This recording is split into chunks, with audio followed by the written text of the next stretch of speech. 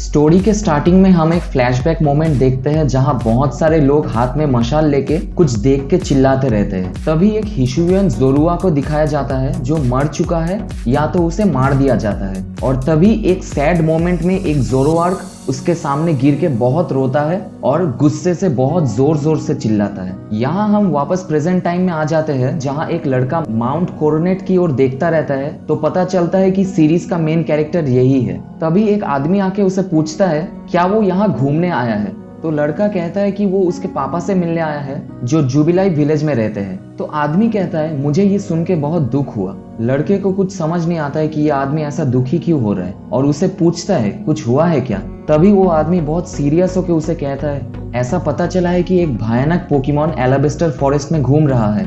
और तभी हमें माउंट कोरोनेट का और एक सुंदर व्यू दिखने को मिलता है। कट टू नेक्स्ट सीन, दो आदमी बैठ के एक सुंदर से बॉक्स का तारीफ करते रहते हैं और अचानक एक मास्क पहना लड़का उनको डरा देता है। तो हमें पता चलता है कि ये आदमी उस लड़के का पापा है जिसे वो मिलने आया है जुबिलाई विलेज। फिर हमें हिशुवियन स्नो फॉरेस्ट दिखने को मिलता है जो बहुत सुंदर लगता है। तभी उस लड़के को एक रोशनी दिखती है जंगलों के बीच से और ऐसा लगता है वो रोशनी उसे अपनी ओर बुला रही है। तो जैसे ही लड़का जाने लगता है जंगलों में, उसका पापा उसे रोक देता है और जाने से मना करता है। लड़का उसके पापा को पूछता है क्या उन्होंने इस पोकेमॉन को देखा है जो जंगलों में रहता है। तो उसका पापा फाइनली कहता है वो पोकेमॉन है एक जोरोआर्क। और फिर से एक फ्लैशबैक मोमेंट में हम देखते हैं उसका पापा बहुत डरा हुआ है और एक पावरफुल इविल पोकेमॉन उनके सामने है। तो उसका पापा कहता है बहुत साल पहले यहाँ के लोग मिलकर जोरोआर्क को बहुत टॉर्चर किए थे। लेकिन जब लड़का पूछता है ऐसा क्यों हुआ था, उसका पापा चुपचाप चलने लगता है और एक ही बात कहता है इंसान और पोकेमॉन कभी एक साथ नहीं रह सकते। जो सुन के लड़का बहुत शॉक्ड हो जाता है और ऑब्वियसली वो बच्चा है जिसको कुछ समझ नहीं आ रहा था ऐसा क्यों है। फिर जब उसका पापा पेड़ काटता रहता है वो थोड़ा घूमने निकल जाता है।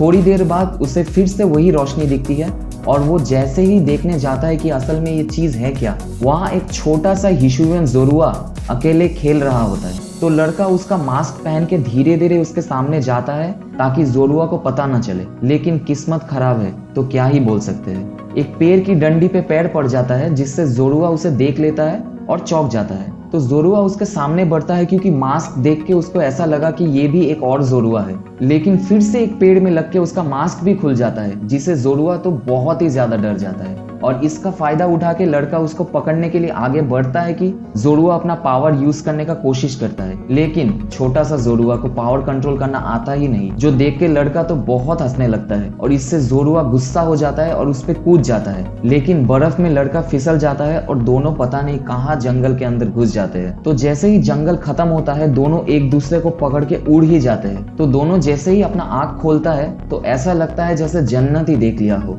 और तभी हमें पूरा हिशुई रीजन का ग्लिम्स दिखाया जाता है जो कि बहुत ज्यादा सुंदर और पीसफुल लगता है। और एपिसोड एक फनी मोमेंट से एंड होता है जहां हमारे मेन कैरेक्टर और ये प्यारा सा हिशुवियन जोरुआ खाई में गिर जाता है। लेकिन हमें तो पता है आगे का एडवेंचर बहुत मस्त होने वाला है। दोस्तों मुझे तो पहला एपिसोड बहुत मस्त लगा, तुमको कैसा लगा मुझे कमेंट में जरूर बताना। तो मिलते हैं नेक्स्ट वीडियो में, तब तक के लिए टाटा पोकेलैंड्स।